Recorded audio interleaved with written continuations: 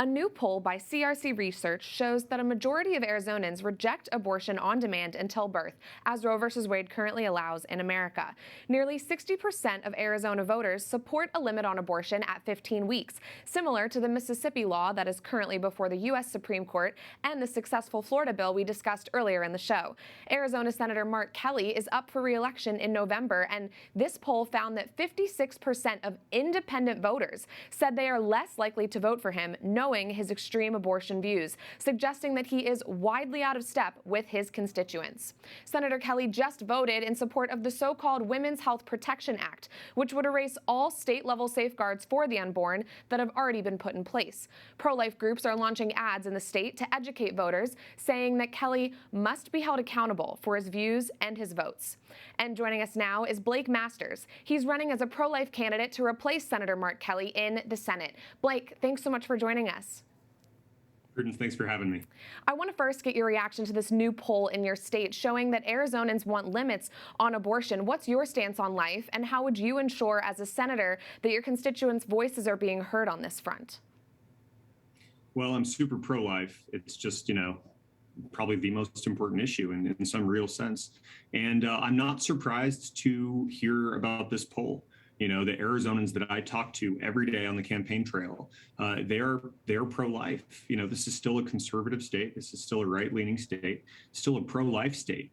And I think people are actually just shocked, when I remind them how radical the Democrats are on the life issue. They won't permit any departure from, abortion on demand all the way until birth and sometimes after birth, right? It's really ghastly stuff.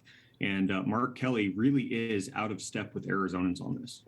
And you've said before on this issue that Democrats and pro-abortion advocates hold up abortion as a religious totem, that it's something they'll just unabashedly promote no matter what. Could you speak to how, in your view, this is a deeper cultural issue, not just a policy problem? It is, yeah. And look, and they say it's about women's health, and obviously you want women to be healthy. I want women to be healthy. And any logical person, certainly any person of faith, you just have to know in your bones that killing the unborn, it's not about health. It's just not. And so it's a lie. And so why do they feel like they so strongly about this? Why do they lie so that they can be permitted to keep killing, children in utero? And there's no good logical explanation for it. Like you end up with this conclusion that it's ghastly. I think it's diabolical in some real sense. Every society has had child sacrifice or has had human sacrifice in some form. And this is our form, and it needs to stop. And a focal point of your campaign has been rebuilding the family and protecting our children, advocating for things like rebuilding the economy so that families can live on one single-family income. What's your plan to attain this so we can start rebuilding a society that truly is pro-family? I think there's a lot of policy things we can do. You limit immigration so that Americans can actually see rising wages. You need to onshore a lot of the productive industrial capacity that we've offshored, right? Bring jobs back. But actually, before you start pulling at policy levers, we just all need to agree that this is the goal, right? We need to be a healthy middle-class country. You should be able to raise a family on one single income. America is either the best place in the world to raise healthy, strong families, or it's not. And I worry that the left at this point, they don't even care about that, right? They don't want strong, healthy families. They're doing everything they can to pull families apart. Abortion's a big part of that. Right. And Blake, there are several people in this race, and the primary is scheduled for August. Tell us why Arizonans should choose you over other candidates to represent them in the Senate. Well, for instance, just on the life issue, a lot of other candidates will say, like, yeah, we hope the Supreme Court repeals Roe v. Wade, right? And hey, so do I. And we'll see what happens with the Dobbs case, although I think we finally have the votes. But that's just playing defense. I think we need to go on offense. It's not enough to just repeal Roe and then leave the issue to the states. I don't think California or Oregon should allow Planned Parenthood to go in and, kill children in utero at 8 months. Like, we need a federal personhood amendment. That's what playing offense looks like. That's the kind of stuff that I'm going to push and get done in the U.S. Senate. Well, best of luck to you, Blake Masters, Arizona Senate candidate. Thank you. And joining us now for further analysis on Arizona is Maria Bernbaum, Arizona State Director at Susan B. Anthony List. Maria, thanks so much for joining us. We know a lot about the work SBA List is doing on the federal level to protect the unborn. Can you share with us what SBA List's state program looks like? How many states are you all active in, and what has been the impact of SBA List's field team nationwide over time? Well, we are in some key Senate battleground states, and a lot of these have very competitive governor and House races. The states we're in include Arizona, Wisconsin, Pennsylvania, North Carolina, Florida, and Georgia. And we will contact 4 million voters at their door. In fact, we've already done 1 million thus far, and we will reach out to 4 or 10 million total. There are a lot of persuadable voters out there, pro-life and pro-choice, and these people agree on their support for limits on abortion.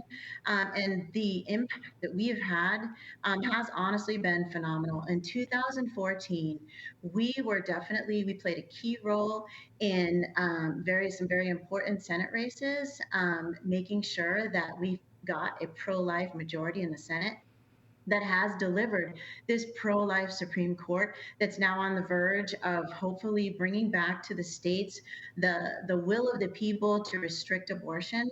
And then if you look at the data, we've made differences in races that have been won by 10,000, 25,000, and 50,000 votes.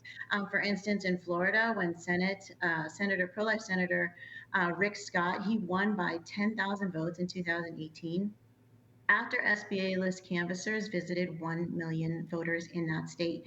And then also in 2020, we doubled the previous record of pro-life women.